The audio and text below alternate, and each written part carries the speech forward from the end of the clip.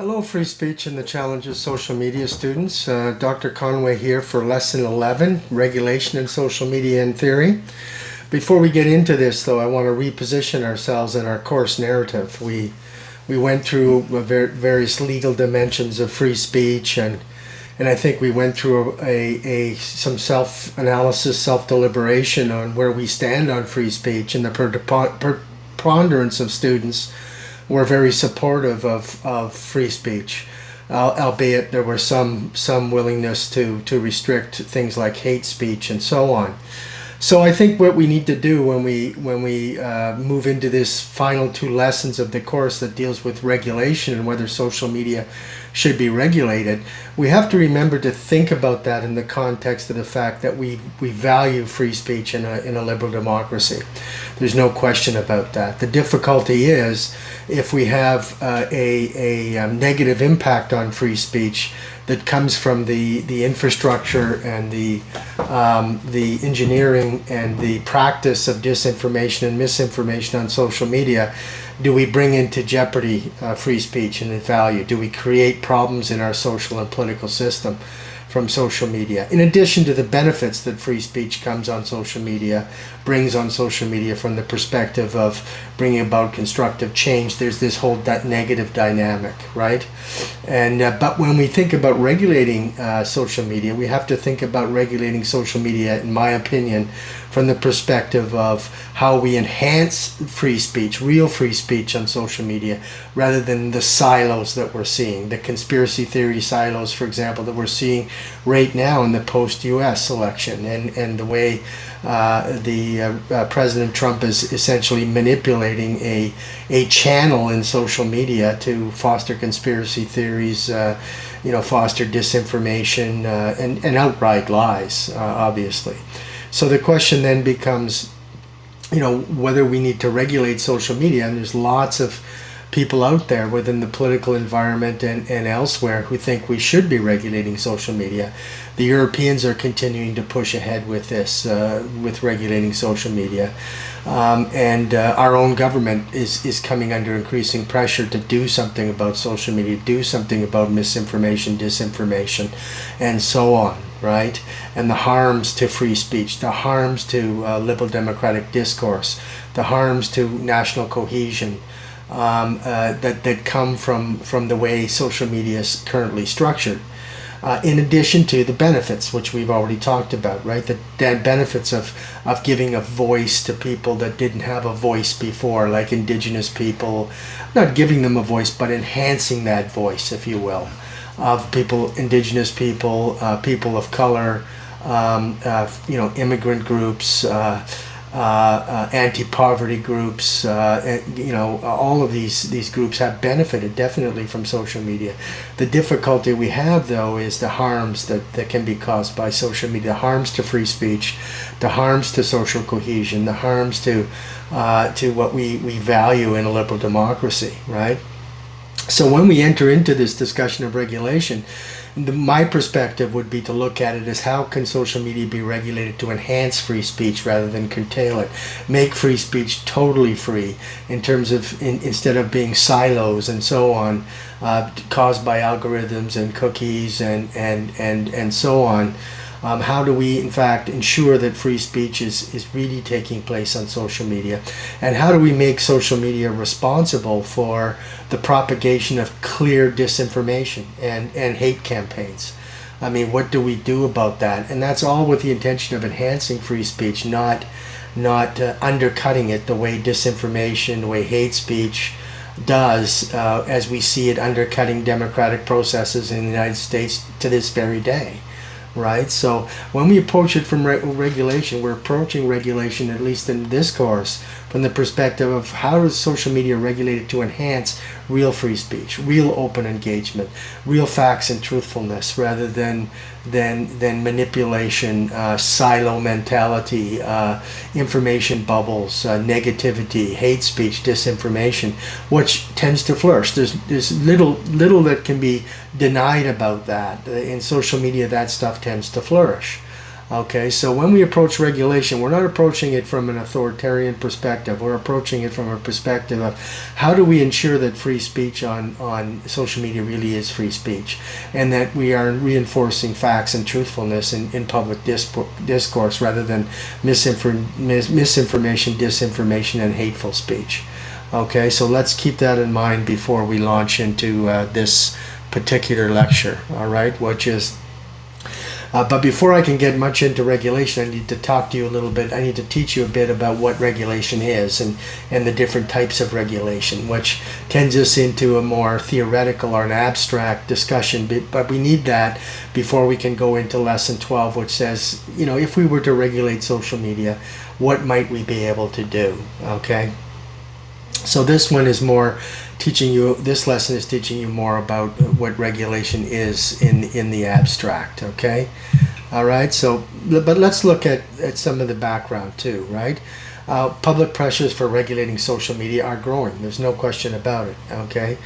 It's an issue at the top of public consciousness now. You could find almost anybody now who will be sensitive to the problems that are going on with social media. I mean, including the most educated to the average citizen, who will be sensitive to protecting their children from harmful speech and harmful pictures and videos on social media, to people concerned about disinformation, concerned about attacking democratic election processes, democratic institutions, which is occurring right now from the far right in the United States, and so on, right? So just remember that this is the way we're looking at regulation, okay? To this point in our course, students have learned about the importance of free speech to liberal democracies, which is the point I've just been making. Censorship threats to free speech around the world, which is something we have to take very seriously if we're going to do anything about social media. We have to be careful, right, to protect free speech, real free speech, right? Constitutional protections for free speech in Canada exist. We learned about that, right? Legal limits on free speech in our democracy already do exist, right? They do exist across a number of different areas. Hate speech, inciting violence, any type of regulation related to marketing, the truthfulness in marketing, you name it. There's all kinds of already pre-existing restrictions on absolute free speech, okay? We know that, we studied that, right? That includes libel. You know, there's across a number of different policy issues within government, there are already restrictions on free speech. So it's not like we can't manage restrictions on free speech and maintain free speech, but what we do has to be very carefully done, right? Different positions in contemporary liberal political theory, we saw, right, already deal with those issues in theory, in liberal political theory for many 100 more years we've been dealing with this, right? Right, for John Stuart Mill's free market of ideas, as opposed to more recent liberal theory on epistemic value, right, on the usefulness of speech, which is a way of saying, look, we need to combat, falsehoods, misinformation, disinformation, because it's not good for it has no eudaimonic value, no epistemic value to society, and is causing more harm than good, and hiding behind the guise of free speech when it's not really free speech, right? It's misinformation and disinformation, taking advantage of social media's ability to trap people in tunnels or silos of information, right? And that's where we got to the implications of social media engineering for free speech in society, algorithms and cookies, right? How free speech abuses on social media have undercut the public legitimacy of democratic processes and institutions. I mean, we couldn't be taking this course in a more opportune time. I mean, look what's happening in the United States right now. Look at the harm being done to the trust of democratic electoral processes and political systems in the United States. Recent polling data is showing that young people are becoming very cynical about the ability of older leaders to defend the democratic institutions and to defend their rights against these abuses, right? And then how social media empowers misinformation and disinformation, which exploits emotions over reason, undercuts public trust in facts, truth, and expertise. That can't be seen as a positive thing in a liberal democracy. and it can't be equated with free speech. That's not free speech, that's manipulation. And so what we need to do is ensure that the ability to control misinformation and disinformation that undercuts public trust, truth, and expertise needs to be done in a very careful manner, right? Because why? Let's go back to the start of our course. Free speech is very important for a liberal democracy, right? We can disagree if we're disagreeing based on our interpretation of facts and truthfulness, right? And we should allow ample disagreement within a liberal democracy, because that's a strength of liberal democracy, right? But when it becomes nothing but manipulation through information silos of misinformation and disinformation, that can't be equated with free speech. That has to be called what it is, which is a harmful form of speech and harmful manipulation, okay? But again, free speech is important to defend, right? So having addressed all of these topics, the issue becomes whether there's a basis for government regulation of social media to address the problems we have identified. A 2019 poll of 3,000 Canadians by Abacus Data found that some 60% of Canadians feel that government regulation of social media platforms is justified. All right? So this is not a small percentage. This is a substantial percentage. That means a tremendous amount of awareness amongst the public, right, on the importance of free speech. And I can, if this poll is taken again, let's say in another 6 to 8 months, after what's happening in the United States, I think you would find those numbers even stronger. It would be probably closer to 70 or 75% would see the value of restricting some of these abuses while defending free speech. There's a strong and growing public consciousness about the problems associated with social media. The Abacus poll didn't ask exactly how governments should regulate social media platforms, but rather assess public concern in general. We don't expect the public to be knowledgeable on regulation, right? You're going to be learning about regulation in the next 2 lessons. But the average citizen just wants the problem to be addressed and don't have a strong understanding of the implications of what type of regulation to use when you want to defend free speech, because we all agree the value of free speech in a liberal democracy is not something that can be put at risk. So the question is, how do we get rid of the bad apples and keep the good apples in the same barrel, right?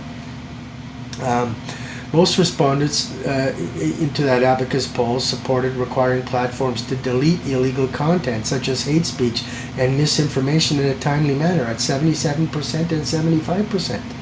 Respondents also supported mandating that social media companies develop third-party fact-checking tools and participate in enhancing digital and media literacy education, which is what this course is about.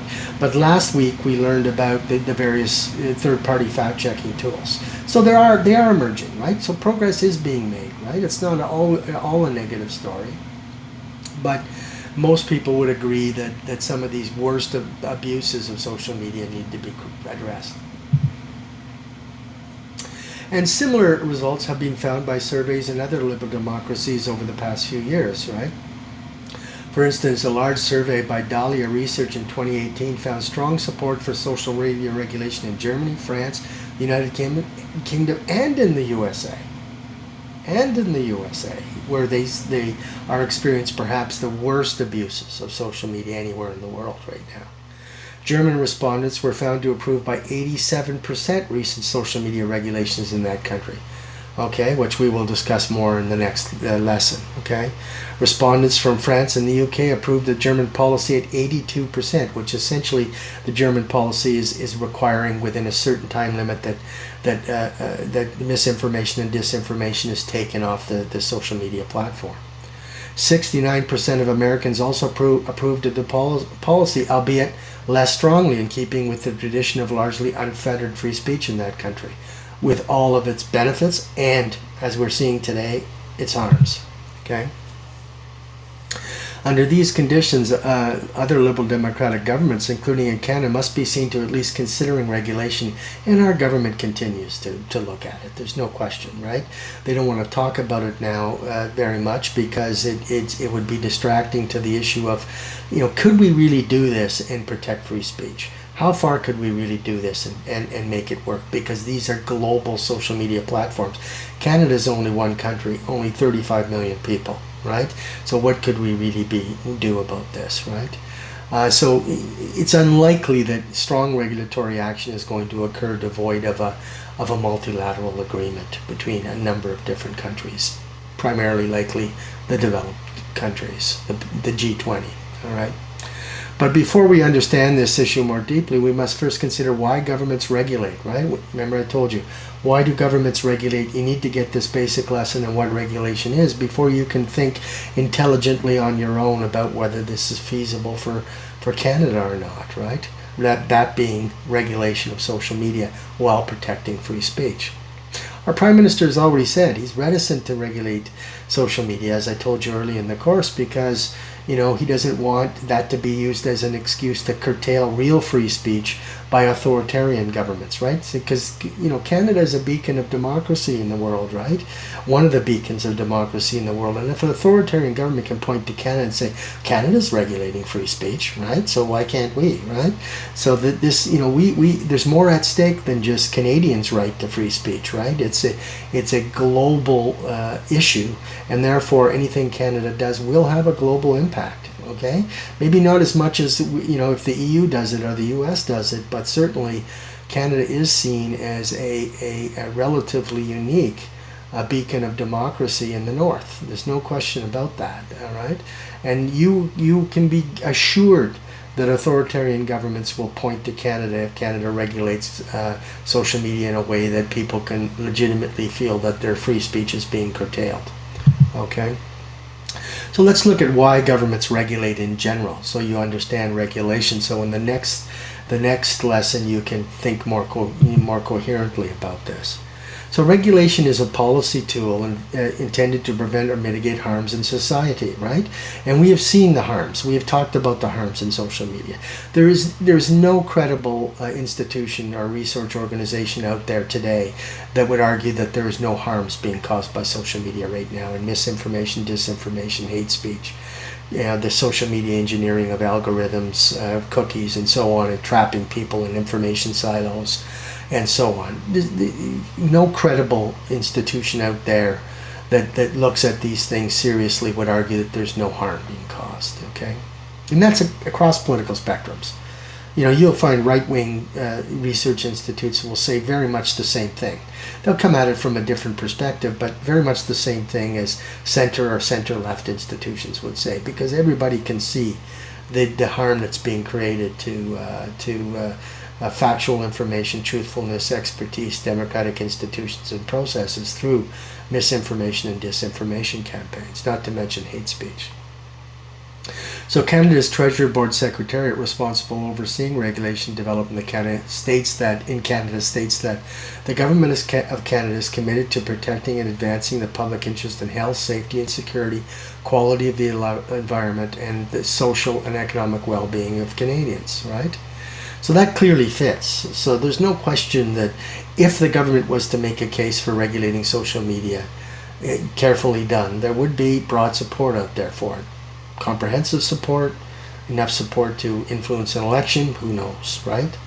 But democratic governments are highly motivated to control harms, especially when harms manifest in public consciousness, media reporting, alarms of subject area experts, lobbying activities in non-government organizations, and of course in electoral politics.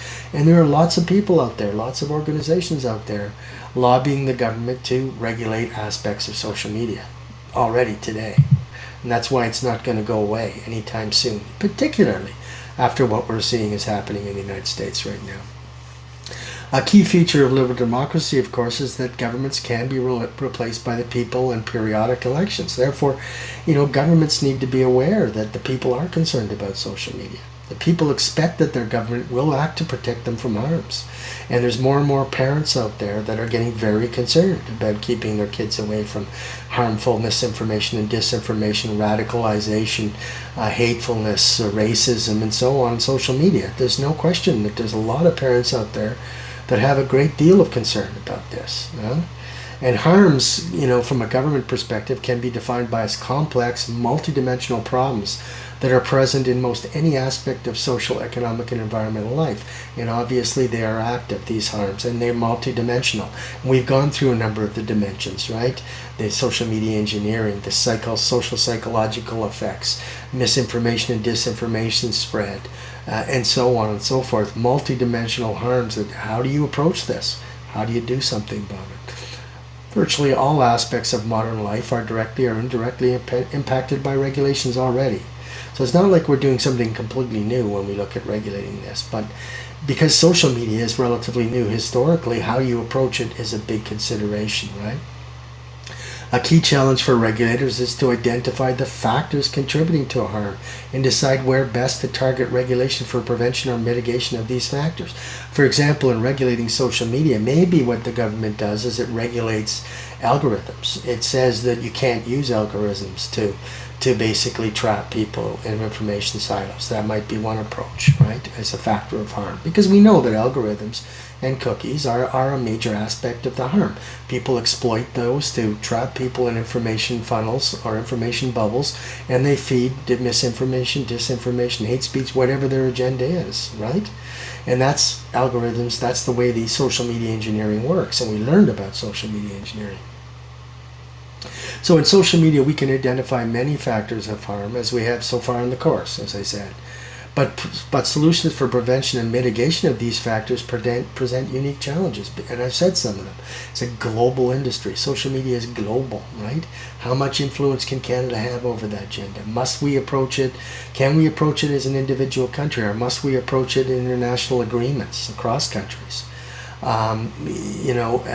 These are all issues, and so that's why even if the people support action on social media, it's not something that can be done overnight. It's going to take a long time to figure out whether and if and how one could do this, right, in a meaningful way while protecting free speech. The Prime Minister's already on the books that he does not want it to be interpreted and used and manipulated as an attack on free speech.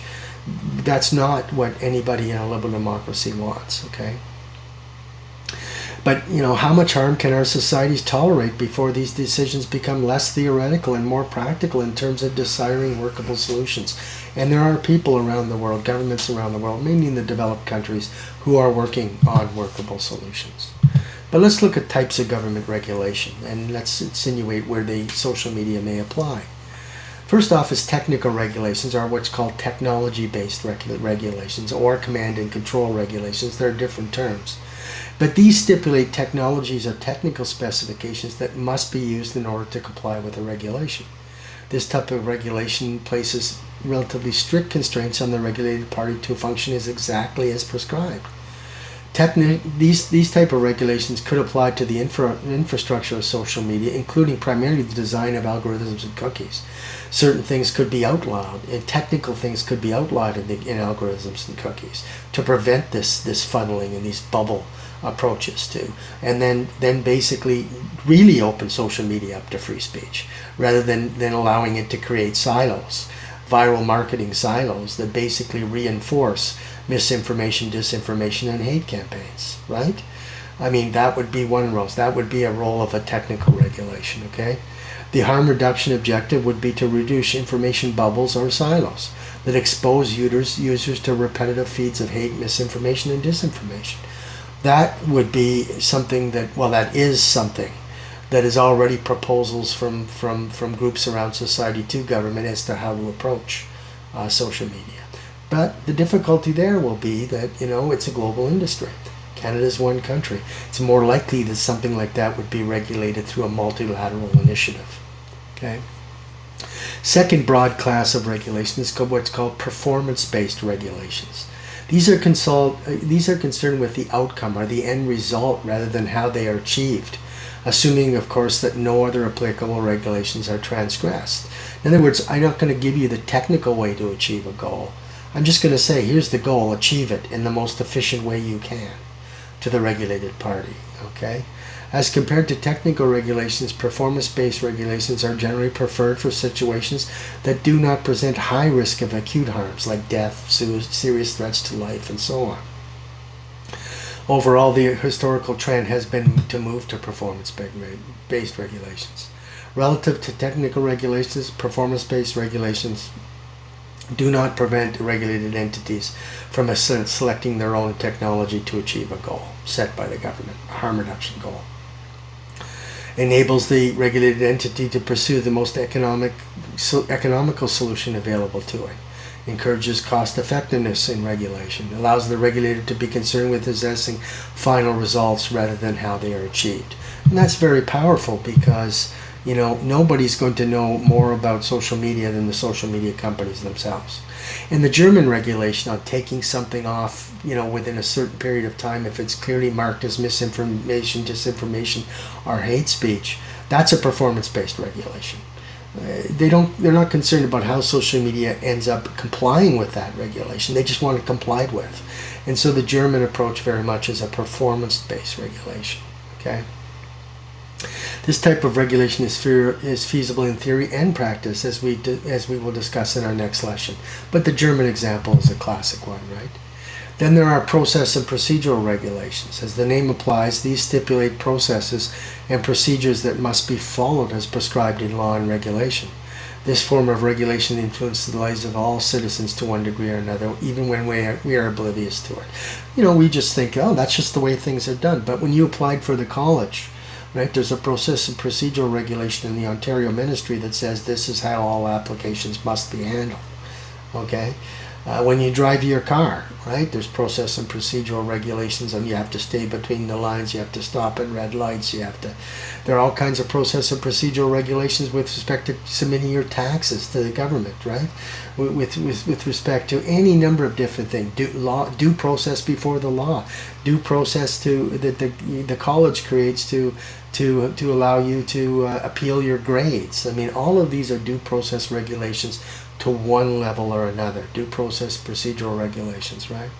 Social media platforms could be required to report more formally, regularly, and publicly that the systemic discovery of harmful speech on social media, right, where they originate, right? This could be a process and procedural approach to social media, right? We could require the social media to systematically discover hate speech, harmful speech on social media, and to establish processes and procedures how they're going to do that, right? We could require them to report on where these things are originating from, the tools they are using to prevent them, how they attempted to deceive, right? How these misinformation, disinformation campaigns work, and how they are intending to deceive. What was done about removing them from the platform. So, for example, social media companies could be required to produce, you know, quarterly reports on this. Widely circulated, publicly circulated quarterly reports. So at least people become more aware of the things that are going on and how to avoid them, right? So that could be a process of procedural regulation placed on social media companies. Okay, that could be done on a Canadian basis alone, right? Because you know, if Canada wanted to, it could block social media from coming into the country if they didn't comply with that process and procedural regulation. But most social media companies would likely comply with that process and procedural regulation. And that's what I would call sort of a light-handed regulation of social media. Okay? Now, those are the different ways that social media can be regulated, right? The technical or technology-based regulations, performance-based regulations, and process and procedural regulations. So I want you to think about those different things that could be done to address social media before we get into our next lesson and next and last lesson next week, which is in the final week, you get into your second video presentation, right? Which is likely to have something to do with regulation, wink, wink, nod, nod. Okay? All right, gang. We'll talk to you a little bit later. See you next time. Take care.